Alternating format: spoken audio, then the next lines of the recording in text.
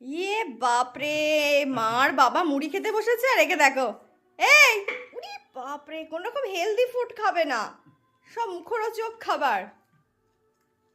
সন্ধ্যেবেলার মুড়ি খাবে উনি, আর চা দিও, ওগুলো লিকার চা করে দিও আদা দিয়ে, এটাই বা বাদ যায় কেন?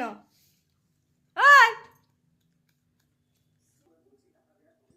খাওয়া শেষ হয়ে গেছে আবার, এই দেখো আবার দাও ওকে।